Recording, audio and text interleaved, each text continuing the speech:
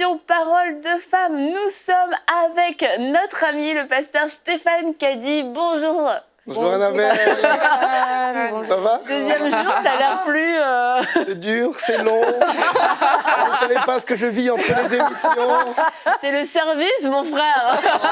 Le sourire n'est pas vrai, elle me persécute. Reprends tes paroles, il y a tous les diatoires. Il y a trois témoins autres sur ce plateau. C'est merveilleux, Annabelle. Voilà. Non, Stéphane, tu es le bienvenu, on est Merveilleuse, content. Annabelle. On est content de te recevoir. Merci, c'est sincère? Bah oui, je suis sincère. Merci Annabelle. Sinon, je t'inviterais pas. Merci beaucoup Annabelle. Très heureux d'être avec vous aussi. Là, il y a des gens qui prient pour toi. Mais oui, on est content. En plus, c'est un super thème, le service. Parce que comme on l'a dit hier, le service, c'est la clé pour beaucoup de choses. C'est ce qui va faire fonctionner le corps en entier. Donc, c'est mieux de savoir ce que l'on est appelé à faire et comment on doit le faire. Donc, hier, en bon pasteur et enseignant de la parole, tu nous as donné les bonnes bases bibliques. Tu vas le prendre comment, ça? Bah bien, c'est un compliment. Ça va être long l'émission là, je suis super sympa et tu fais des compliments. Tu nous as donné les bonnes bases bibliques pour le service et rappelé quelque chose de fondamental. C'est Jésus qui est la tête et c'est lui qui nous donne ses ordres, c'est lui qui nous donne ses orientations pour le service et on ne fait rien sans lui. Et tu nous as aussi rappelé que les ministères étaient des dons, étaient des cadeaux et Amen. J'entends des amen chez vous. Alléluia, yes. Et aujourd'hui, on va être un peu plus pratique, voir comment on entre dans le service, comment on se développe, comment on reconnaît aussi ce à quoi on est appelé. Puis je pense que nous tous ici sur ce plateau, on a vécu ce processus, on a vécu ce cheminement dans le service. Alors Stéphane, comment servir, comment entrer dans le service, comment se mettre au service du corps ? Alors, tout d'abord, j'aimerais dire qu'on est sauvé pour servir. C'est-à-dire qu'on n'est pas sauvé, en fait, par les œuvres. On est sauvé par la grâce, par le moyen de la foi. Mais on est sauvé pour faire des œuvres. On va le voir ensemble. C'est-à-dire on est sauvé pour faire des œuvres préparées d'avance par le Seigneur. Mais on est vraiment sauvé pour servir. Et si vous nous regardez, vous êtes chez vous et vous êtes sauvés, vous êtes remplis du Saint-Esprit. Juste pour être chez vous, ce n'est pas suffisant. Il faut vraiment servir. Et en tout cas, dans notre église locale, on insiste là-dessus. La vision de l'Église, c'est vraiment des gens qui servent, qui sont actifs, qui sont vraiment, qui se donnent et disponibles pour le Seigneur. Donc on a vu hier, et j'aimerais juste le rappeler, qu'on est un corps, pour ceux qui prennent l'émission en cours, dans 1 Corinthiens 12, versets 14 à 22, « Ainsi le corps n'est pas un seul membre, mais il est formé de plusieurs membres. Si le pied disait, parce que je ne suis pas une main, je ne suis pas du corps, ne serait-il pas du corps pour cela? Et si l'oreille disait, parce que je ne suis pas un œil, je ne suis pas du corps, ne serait-elle pas du corps pour cela?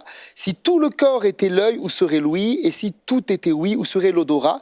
Maintenant, Dieu a placé chacun des membres dans le corps comme il a voulu, donc il ne faut pas être frustré selon le membre qu'on est. Si tous étaient un seul membre, où serait le corps? Maintenant, donc, il y a plusieurs membres et un seul corps. L'œil ne peut pas dire à la main, je n'ai pas besoin de toi, ni la tête dire aux pieds, je n'ai pas besoin de vous, mais plutôt les membres du corps qui paraissent être les plus faibles sont nécessaires. Donc, on a vu qu'on est un corps et que chacun a sa place dans le corps. On ne doit pas être frustré du membre qu'on est. Maintenant, comment justement trouver sa place de manière pratique dans ce corps? Je crois que la première chose, dans Éphésiens 2:10, il dit « Car nous sommes son ouvrage, ayant été créés en Jésus-Christ ». Littéralement, le grec, c'est « recréer » dans notre esprit, donc devenir une nouvelle créature. Pourquoi? Pour de bonnes œuvres que Dieu a préparées d'avance afin que nous les pratiquions. Donc j'ai dit tout à l'heure qu'on est sauvé pour servir. Et je crois que la première chose pour trouver sa place dans le corps, c'est commencer à rentrer dans ces bonnes œuvres. Alors comment, de manière pratique, on rentre dans ces bonnes œuvres? Pour être très pratique, dans Ecclésiaste 9, verset 10, c'est un verset que j'aime beaucoup, et j'aime beaucoup l'Ecclésiaste. Il dit « Tout ce que ta main trouve à faire avec force, fais-le, car il n'y a ni œuvre, ni pensée, ni science, ni sagesse dans le séjour des morts où tu vas. » Donc ça veut dire que, je ne vais pas vous frustrer, mais on ne rentre pas forcément tout de suite dans notre appel spécifique. Tout ce que ta main trouve à faire, fais-le. Et on a vu hier que donc, l'Église était dirigée par les ministères. Et donc, ce n'est pas que dans l'église locale, je vais arriver, puis je vais dire, tiens, j'ai envie de faire ça, donc je vais faire ça. Tiens, il y a un besoin là. Non, non. On va d'abord aller trouver son pasteur. Et on va dire au pasteur, voilà, je suis maintenant sauvé, je suis baptisé, je suis rempli du Saint-Esprit. J'ai compris que je suis sauvé pour servir et je veux rentrer dans ces bonnes œuvres préparées d'avance. Quels sont aujourd'hui les services qui sont disponibles pour moi? Et comme un bon pasteur ou un bon enseignant, un bon Amen. pasteur va apprécier cette démarche. Il va apprécier quelqu'un qui n'est pas juste sauvé pour chauffer une chaise. Ouais. Et il va lui dire, voilà, écoute, quelle est dans ton esprit la chose que tu as reçue? Et souvent, les gens, alors très souvent, ça arrive, ben moi, je suis appelé à être dans la prédication. Ils veulent tout de suite l'estrade, hein, voilà, la louange. aussi, c'est populaire. La louange. Hein, les filles? La louange, c'est le plus populaire. Ouais, Ah ouais, je pense je pense ça. Tu penses la louange aussi? Ouais. Ouais, je pense que la louange. Ouais. Ouais, c'est extrêmement convoité, la louange. Tellement. Moi, il y avait une sœur hier, samedi, on avait une réunion des femmes, et il y a une sœur qui est dans le comité des femmes, et elle a témoigné que pendant longtemps, quand elle est arrivée à l'église, elle ne faisait rien, parce qu'en fait, elle trouvait rien à faire.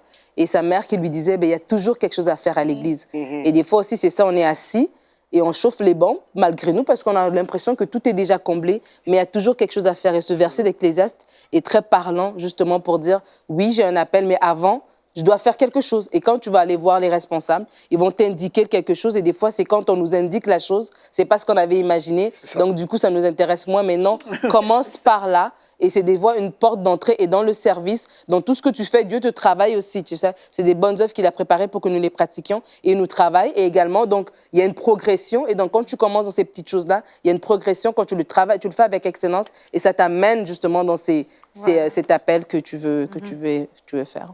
Tout à fait. En gros, il faut être disponible auprès des ministères. Voilà, qu'est-ce que vous avez besoin actuellement? Et souvent, en tout cas, moi, c'est comme ça que je fonctionne, je confesse. Je vais, avant de mettre les gens dans leur appel spécifique, tester les gens. C'est-à-dire qu'en fait, je vais confier des tâches dont les gens n'ont pas trop forcément envie de faire, mais je vais regarder si les gens sont dociles, sont enseignables, sont prêts vraiment à servir le Seigneur.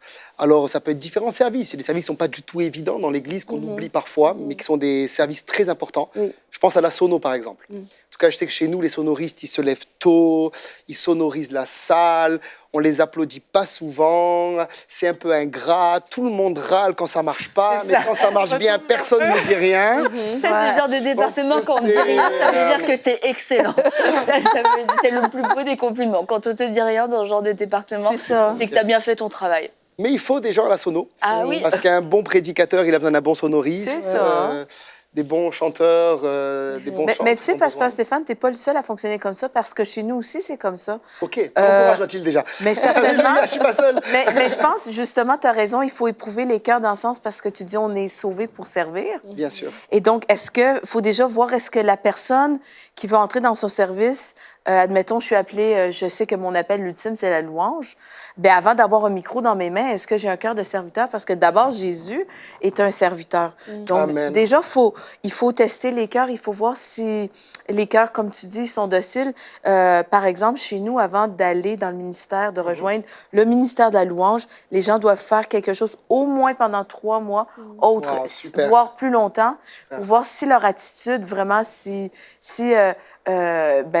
ils sont capables de se soumettre aux responsables déjà de département, ça fonctionne bien avec les gens parce que après, dans la louange, s'il y a plein de problèmes de caractère, ça brise l'onction ou des choses comme ça. Donc vraiment, je salue ça et je seconde parce que c'est bien, il faut développer le cœur de serviteur. C'est tout à fait biblique, ceci dit. C'est biblique. Parce que quand les apôtres ont dit choisissez-vous des hommes qui ont un bon témoignage, qui soient remplis de l'esprit, remplis de sagesse. En fait, quand ils disent choisissez, ça veut dire jetez vos yeux sur observer. Et du coup, pour observer, il faut avoir matière à regarder. Tu vois quelqu'un qui est assis, c'est difficile de savoir s'il est apte au service. Donc, c'est normal. Il ne faut pas que les gens se sentent jugés ou jaugés. Alors, on va mesurer. Oui, mais je veux dire, mais c'est normal en fait. C'est normal que un bon responsable d'église ou un bon responsable de ministère puisse prendre des personnes qui aient un bon cœur pour le service, parce que après, quelqu'un qui est là non pas pour servir mais pour se servir, ça fait de terribles dégâts. Donc il faut être des bons gestionnaires en fait. Tout à fait. Moi, dans mon église, on a un jeune qui est rentré dans le ministère. Il n'est pas encore à plein temps, mais il travaille encore, mais ça va venir plus tard, c'est prévu. Et ce gars-là, en tout cas, quand il a rejoint notre assemblée, on l'a testé dans beaucoup de domaines. Il a vraiment pratiquement tout fait. Il a été fidèle, et je pense à cette parole de Jésus dans Luc 16, verset 10, celui qui est fidèle dans les moindres choses, l'est aussi dans les grandes, et celui qui est injuste dans les moindres choses, l'est aussi dans les grandes. Donc on l'a testé, il a été fidèle, et ensuite il a fait un peu plus, donc la louange, l'adoration, on lui a confié le groupe de jeunes, on lui a confié des réunions, des petites réunions, puis ensuite des réunions de semaine. Et là, pendant que je suis au Canada, c'est lui qui a prêché dimanche matin au culte. Donc il y a vraiment une évolution et c'est une croissance qui protège la personne d'exploser en route. Pas que les gens deviennent des étoiles filantes, mais ils aillent vraiment au rythme de Dieu. En ce qui me concerne, je me rappelle aussi que la toute première fois où Dieu m'a parlé sur mon appel spécifique, c'était lors d'un culte, je savais que j'étais appelé à prêcher la parole de Dieu. Et j'ai trouvé mon pasteur. Et je dis à mon pasteur, écoute, j'ai un des 5 ministères. Je veux prêcher la parole de Dieu. Et je me rappelle ce qu'il m'a dit. C'était un camp de jeunes. Il m'a dit, justement, il y a besoin de quelqu'un maintenant pour laver les toilettes. Et là, ça a été terrible pour moi. Et j'ai lavé les toilettes, j'ai passé la brosse, ça sentait mauvais, mais je parlais en langue, je louais Dieu, alléluia. Le caractère de Christ était formé en moi et Dieu me testait. Je me rappelle que mon deuxième ministère, c'était le ministère de la voiture, où je récupérais des gens qui étaient sans voiture. Ah, mais il faut dire que tu aimes beaucoup conduire en plus. Oui, il y a beaucoup d'anges autour de moi quand je conduis. Il y a des anges, des archanges, des séraphins, il y a tous. Et je prie en même temps et on s'édifie dans une chapelle vivante.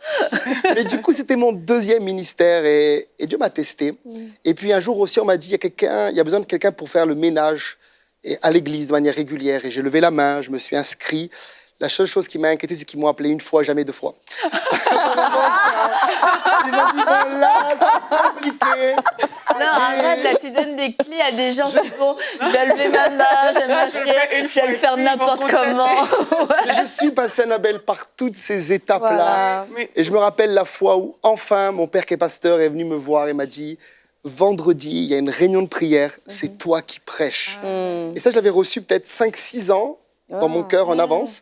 Il a fallu 5-6 ans où j'ai servi dans les petites choses, jusqu'au moment où je suis arrivé là, et après on en parlera, quand j'ai prêché, j'ai senti l'onction de Dieu venir, et je savais que j'étais rentré dans mon appel spécifique. Mais en tout cas, juste avant de parler de ce point-là, j'aimerais dire pour ceux qui nous regardent, c'est que Dieu appelle des gens dans leur appel spécifique qui sont toujours d'abord actifs. Il y a des exemples bibliques, par exemple, il y a l'exemple d'Élie, avec Élisée, 1 Roi 19, verset 19-21. C'est bon de revenir à la parole, Annabelle. Alléluia. J'embête Annabelle, ne vous inquiétez pas, c'est une femme de la parole.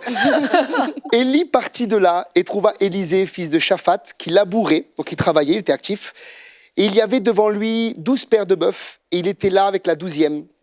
Élie s'approcha de lui, et il jeta sur lui son manteau. Élisée, quittant ses bœufs, courut après Élie et dit « Laisse-moi embrasser mon père et ma mère, et je te suivrai. » Élie lui répondit, va et reviens, car pense à ce que je t'ai fait, et c'est important de penser régulièrement à l'appel de Dieu dans nos vies. Après s'être éloigné d'Élie, il revint prendre une paire de bœufs qu'il offrit en sacrifice avec l'attelage des bœufs. Il fit cuire leur chair et la donna à manger au peuple, puis il se leva, suivit Élie et fut à son service. Et on voit qu'il travaillait, il était dans les champs, et quand Élie va appeler Élisée, je ne sais pas si vous vous souvenez, il y a un petit texte dans le livre des rois qui va donner quel était l'appel d'Élisée envers Élie. Il lui lavait les mains. Et ça paraît vraiment pas extraordinaire, quitter son père, quitter sa mère, quitter sa famille, quitter son champ pour suivre un prophète pour lui laver les mains. Ça paraît pas vraiment extraordinaire. Mais souvenez-vous que le moment où Élie va partir sur un char de feu, la Bible dit que celui qui va ramasser le manteau d'Élie, justement, c'est Élisée. Et il va recevoir à ce moment-là une double onction. Et quand vous lisez le livre des rois, vous comptez le nombre de miracles qu'a fait Élisée. Il a fait le double pile. Et le dernier miracle qu'il a fait, c'est quand il était mort. Hein. C'est quand quelqu'un touche ses os et il ressuscite. En parlant des os d'Élisée. Il fait vraiment le double de miracles. Donc il y a vraiment une double onction qui est là. Mais il était actif et il lavait les mains d'un prophète. Et avant qu'on puisse aller à l'appel spécifique, Aurélie, tu voulais ajouter Je veux aller dans le sens de Pasteur Stéphane, en fait. C'est que c'est le même principe qu'on voit avec l'appel de Paul aussi. Hein. Pendant qu'ils étaient en train de servir, Dieu a dit, mettez-moi à part Paul et Barnabas. Et c'est comme ça que ça fonctionne. Et pour aller dans ce sens, en fait, c'est ce principe de fidélité aussi qui dit que si on n'est pas fidèle aux choses d'autrui, on ne peut pas nous donner ce qui est à nous. Donc, Amen. Quand on réalise qu'on a quelque chose que Dieu veut nous donner, un appel peut-être sur notre vie, mais il faut qu'on soit fidèle à quelque chose d'autrui. Et il ne faut pas oublier que la Bible dit aussi que la folie est attachée au cœur de l'enfant.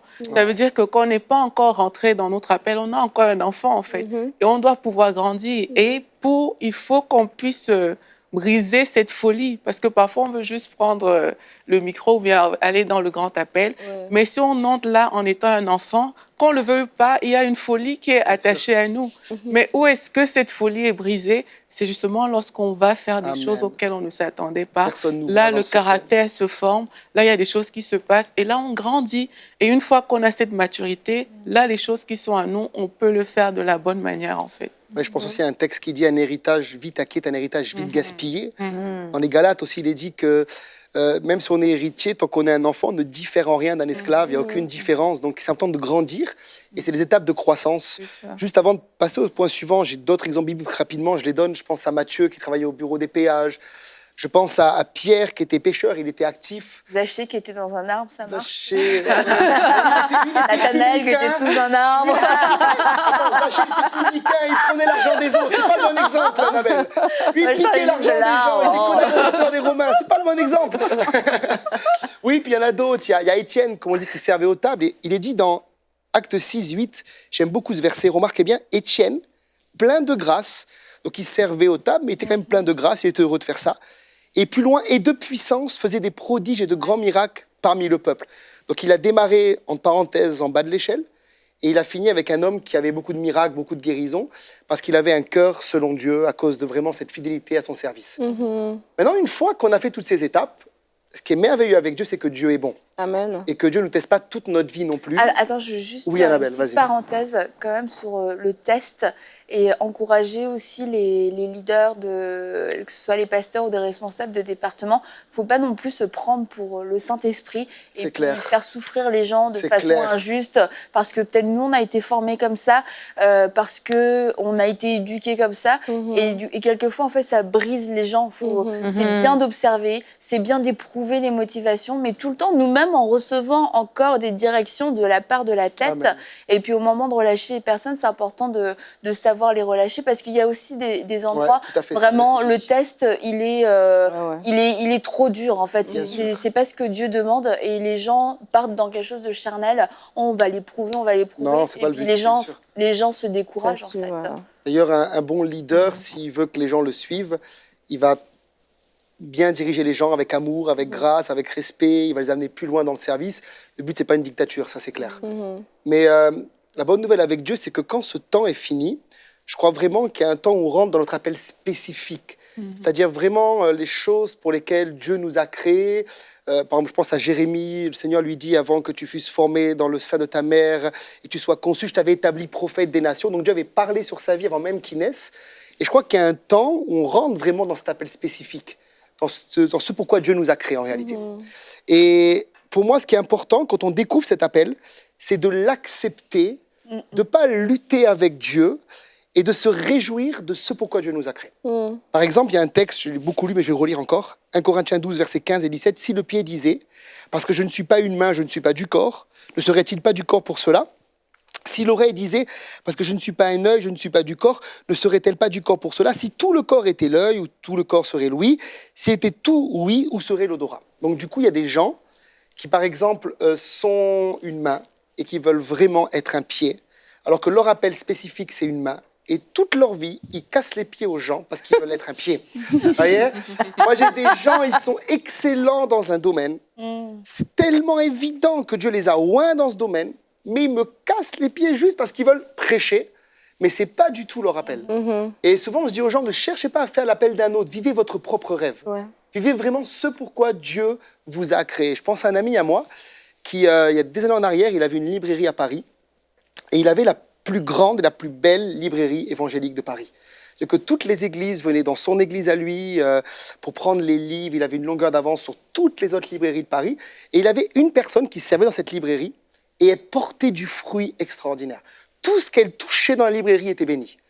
Et cette personne-là, un jour, je ne sais pas ce qui lui a pris, elle a dit, non, maintenant je suis appelé à être enseignant. Et le gars lui a dit, mais t'es le meilleur libraire que l'église n'a jamais eu, mais il faut que tu restes là, on gagne des gens sont sauvés, toutes les églises de Paris viennent ici prendre des livres. Et le gars, il a voulu absolument être enseignant, ça a été une catastrophe. Il a quitté cet appel spécifique, et la librairie s'est un peu comme écroulée, et puis lui s'est écroulé plus tard aussi. Et je crois que c'est important de ne pas être frustré par rapport à ce que Dieu vous a donné. Si vous êtes quelqu'un qui est appelé à la louange, mais réjouissez-vous dans la louange. Même si jamais vous enseignez, soyez le meilleur directeur de louange de votre église. Épanouissez-vous, portez du fruit. Et surtout, arrêtez d'envier les autres. Si tu es un pied, tu n'es pas une main. Ouais, c'est super important ce que Pasteur Stéphane dit. C'est très, très important dans l'Église parce que quand on envie un autre ministère, c'est là qu'on tombe dans la rébellion, l'amertume, voilà, et puis les murmures. Et puis après, non seulement on sèche parce qu'on n'est pas dans ce qu'on devait faire, mais en même temps, on arrête même ce qu'on avait reçu. Et je veux juste revenir rapidement sur ce qu'on a parlé par rapport à aux tests qui testent notre caractère. J'ai envie de dire aussi à des gens de ne pas non plus, voilà, subir ce temps de ministère dans un ministère junior par rapport à ce que tu dois faire, parce que tu sens comme si c'est un test, et puis bon, il faut que je sois fidèle, donc je le subis, mais de vraiment prendre plaisir à ce que tu es en train de faire, parce que ce que tu es en train de faire, Dieu est aussi en train de te remplir, de te former aussi. C'est pas juste ton caractère qui est en train de te changer, mais il t'outille, tu vois. Moi, quand j'ai commencé à servir dans l'église, j'étais à l'école du dimanche. J'aimais être à l'école du dimanche, je prenais plaisir, alors que l'école du dimanche, des fois, les gens, ils n'aiment pas trop ça parce que tu vas pas au culte, tu es avec des enfants, et puis bon, des fois, ça écoute pas trop. Tu as 30 enfants, 20 enfants de 5 ans, de 7 ans, c'est pas idéal. Mais ça m'a appris à parler à des enfants, à simplifier ce que j'ai envie de dire, à être spécifique, à être concis. C'est des choses après qui me suivent plus tard quand tu prêches à des adultes parce que tu fais parole de femme. Non, mais c'est vrai, ça t'apprend même à découvrir la parole aussi parce que l'enfant, il a une autre intelligence, il regarde les choses plus simplement. Donc, c'est important de valoriser l'étape où on est et de la même manière de valoriser aussi le ministère qu'on a pour vraiment porter du fruit parce que je le vois tellement dans l'église, surtout des gens qui sont en arrière, qui veulent être devant, mais c'est pas ta place. Et là, tu marches dans la rébellion, tu murmures quand on dit ton responsable en te disant, ben, il m'a pas reconnu, il m'a pas positionné. Et vraiment, ça mine le service, ça mine l'Église et puis le Saint-Esprit est attristé de ça. Je pourrais peut-être ajouter même que si tu n'es pas à ta place ou si tu devances le temps de ton appel, comme toi, Pasteur Stéphane, si 5 ans auparavant, tu t'étais mis à prêcher, ben justement, tu te serais toi-même mis en danger et mettre en danger les gens parce que tu peux prêcher, tu peux dire des choses, mais sur des choses que tu n'as pas de conviction ou tu n'as pas... Je veux dire, il te manque un peu d'assaisonnement et de maturité de la parole parce que c'est une responsabilité d'enseigner, c'est une responsabilité de faire ces choses-là. Et au niveau de ton caractère, probablement que, justement, si ça a pris 5 ans... je sais pas. Mais j'ai envie de dire vraiment de ne pas subir le temps d'attente. Oui. Parce que ça va... moi, je dis que ça prolonge ce temps de préparation. Si on subit notre temps de préparation pour la saison où nous entrons vraiment dans l'appel spécifique que Dieu nous a donné, ça va vraiment prolonger. Donc, vraiment, si notre cœur s'attendrit et vraiment, si on le fait vraiment d'une manière de tout cœur, on va être formé beaucoup plus rapidement que si on subit cette période. Avant que tu dis, il y a un truc qui me vient sur le cœur. Vous savez, il y a l'appel de Dieu et il y a l'onction de Dieu. J'avais reçu l'appel et j'ai reçu l'appel très jeune, peut-être même à 10-11 ans, mais je n'ai pas reçu l'onction et le manteau. Et quand le manteau vient, c'est là que tout commence. Et j'aimerais vous dire, quand vous recevez le manteau et vous recevez l'onction liée à l'appel spécifique, vous le savez. Le fruit est là. Et tant que l'onction n'est pas venue, il faut que la personne puisse se préparer, comme tu dis. Et une fois que le manteau est là, cette personne doit fonctionner dans son couloir. Par exemple, il y a un texte biblique où il est parlé de Saül qui va faire le sacrifice à la place du prophète Samuel. On sait que dans l'Ancien Testament, il y avait 3 onctions. Il y avait l'onction du roi, du prophète, du sacrificateur.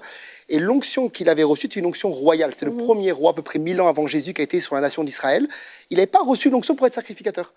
Et il a fait le sacrifice à la place de Samuel.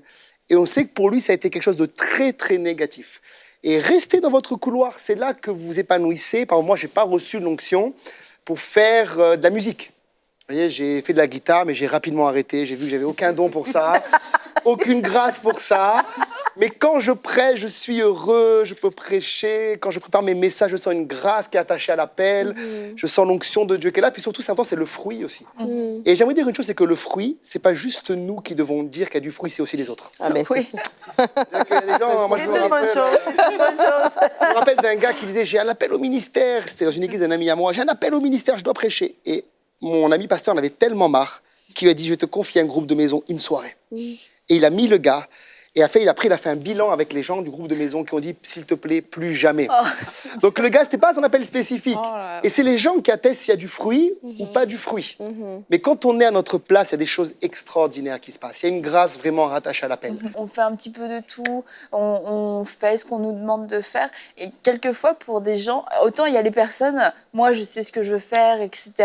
Et quelquefois, ça peut être plus dur pour elles. Mais il y a des personnes vraiment qui ne savent pas quoi faire. Et c'est en servant dans différents ministères qu'elles-mêmes découvrent qu'elles ont une grâce pour quelque chose, qu'elles ont un talent pour quelque chose.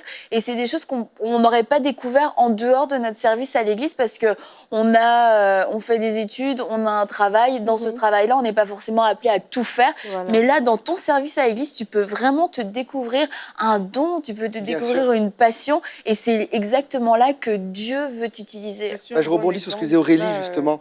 Dans le livre des Actes, quand il est dit que pendant qu'il servait dans le jeûne et la prière, en parlant de... c'est mon côté pastoral, désolé.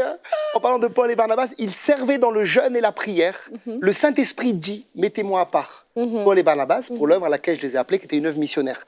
Mais du coup, ils servaient, comme tu dis, et c'est pendant qu'ils servaient que l'appel spécifique est tombé. Voilà. Et c'était un appel missionnaire. Et c'était dans l'église d'Antioche, je devais participer aux réunions de l'église d'Antioche, je devais venir aux réunions de prière, comme tout bon chrétien qui va aux réunions de prière de l'église, qui est fidèle dans les petites choses, alléluia.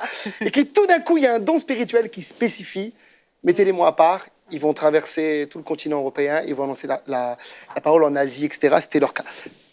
Aurélie, désolé. Je te laisse la place. Je vais un exemple de ce qu'Annabelle disait, parce que c'est alors que je servais à la Sono, dans mon église, que j'ai découvert que j'aimais la vidéo.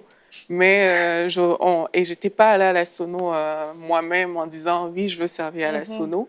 Vraiment, on m'a dit, il y a un besoin, viens, je suis allée voir. Et là, j'ai découvert la Sono, j'ai découvert la vidéo. Et là, je me suis dit, ah, mais tiens, la vidéo est bien. Et là, j'ai commencé à travailler dans la vidéo qui n'était pas mes études principales que j'avais faites. Et ça m'a ouvert beaucoup de portes par la suite. Donc, c'était pour et ça t'a amené jusqu'à EMCI quand même. Donc, d'où l'importance jusqu'à Parole de Femme. De servir jusqu'à Parole de Femme. Alléluia. Gloire à Dieu. La parole de femme n'est pas la finalité.